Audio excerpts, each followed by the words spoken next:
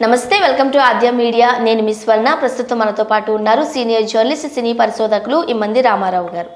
నమస్తే అండి. రామారావు గారు, చంద్రమోహన్ గారు బకాసురుడు 3 క్యారియర్లు ఒక్కరే తినేసేవారు అంటూ అప్పట్లో కొన్ని సంచలనమైన వార్తలు వచ్చాయట. అప్పుడు చంద్రమోహన్ గారు అప్పుడప్పుడు కాస్త చిన్నబుచ్చుకునేవారట కూడా. ఏం జరిగింది? చిన్నబుచ్చుకోవడం కాదు, ఇంకేమైనా ఉంటే చెప్పండి తినేస్తా అనేవాడు. అది అక్కడ ఆయన భోజన ప్రియుడు అని ఎన్టీ రామారావు గారికి మొదటి పేరు. తర్వాత చిన్నవాళ్ళలో అంటే వయసు పెద్ద, కానీ అసలు అలా కనిపించే వ్యక్తులు అంత తింటారని ఎవరు అనుకోరు. అది చాలా భోజన ప్రియుడు అన్నమాట. ఆయన బ్రాహ్మణ్ అయినప్పుడు కూడా ఆయన అంటే నరమాంసం తప్ప అన్ని మాంసాలు తింటా అంటాడు. సరదాగా ఉంటాడు, సెట్లో ఉంటే అందరితో కలివిడిగా చాలా సందడిగా ఉంటాడన్నమాట. ఓసారి సన్నజాజులు పిక్చరు షూటింగ్ జరుగుతుంది. ఎక్కడ జరుగుతుంది? విజిపి గార్డెన్స్లో జరుగుతుందన్నమాట. జరిగితే ఆ రోజు ఎవరెవరు ఆర్టిస్టులు?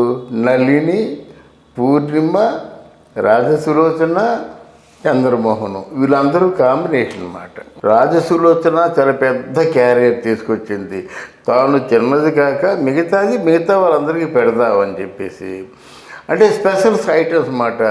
ఒక రకరకాల చేపలు, రొయ్యలు, మటను, చికెను, ఇలా. ఈవిడ ఎవరు?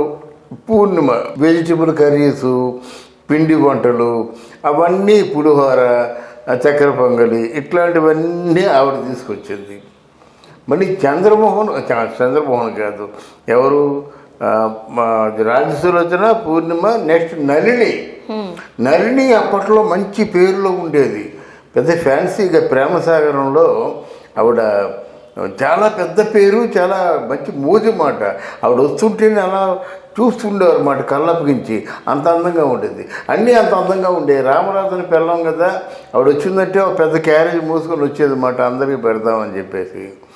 ఆ రోజు మామూలుగా షూటింగ్ జరుగుతుంది. ఎప్పుడండి బ్రేక్ ఇస్తారు అని చెప్పేసి చంద్రమోహన్ అడుగుతున్నాడు అన్నమాట. ఏమిటి 1 గంట అయితే ఎలాగ బ్రేకే కదా, 1 గంట నుంచి 2 గంటల వరకు, 2:30 వరకు బ్రేక్ ఉంటుంది. దానికోసం అంత కంగారు పడతారు ఏంటంటే అని చెప్పేసి నేను అన్నాను. కంగారు కాదండి, వాళ్ళు ఎందుకో బాగా ఆకలేస్తుంది అని అన్నాడు ఆయన. సరే, ఆకలేస్తే నీ కడుపు నిండా పెడతాంలే అని చెప్పేసి నళిని జోక్ చేసింది. 1 కాదు 2-3 కావాలి అని అన్నమాట. అంటే 2-3 ఉంటే నువ్వు తినేస్తావు అంటే డెఫినెట్గా తినేస్తానని చెప్పాడు. అప్పుడు 1 రాజసులోచన క్యారేజు, పూర్ణిమ క్యారేజు, నళిని క్యారేజు, 3 క్యారేజీలు తెచ్చుకున్నారన్నమాట. ఈ 3 క్యారేజీలు మీరు తినేసినట్టయితే మీరు నిజంగా భోజన ప్రియుడు, మీరు నిజంగా హీరో అని ఒప్పుకుంటాం మేము అన్నారన్నమాట. అంటే మీరు ఒప్పుకుంటారు కదా, అది నేను రెడీ అని చెప్పేసి అందరూ చూస్తుంటే మొదట నళిని క్యారీరు నిప్పుకొని తినేశాడు. మధ్యలో ఈ వెజిటబుల్ కూరలు అవన్నీ నంచుకున్నాడు. తర్వాత ఏమో ఇక్కడ రాజసులోచన క్యారేజ్ నిప్పుకున్నాడు. అలా చేసి ఒక అరగంట 30 గంటలో 3 క్యారేజీలు పూర్తయిపోయాయి. క్యారేజ్ అంటే ఎంత ఉందా? పెద్ద క్యారేజీలు అమ్మాయి. పెద్ద క్యారేజీల్లో ఒక్కొక్క సినిమా క్యారేజీలు బాగుంటాయి. పెద్ద క్యారేజీలు అన్నమాట. అంటే చికెన్కి ఒక అర ఉంటుంది, మటన్కి ఒక అర, లేకపోతే ఫిష్కి ఒక అర, ఇలా ఉంటాయి అన్నమాట. అవి కాకుండా మామూలుగా రైస్ ఇదంతా ఉంటుంది. అలాంటి క్యారేజీలు 3 క్యారేజీలు మాట్లాడకండి తినేసారంతే. దానితోడు పెద్ద అప్పట్లోనూ ఏదో కోకోకోలో ఏదో ఉండేదన్నమాట, పెద్ద బాటిల్.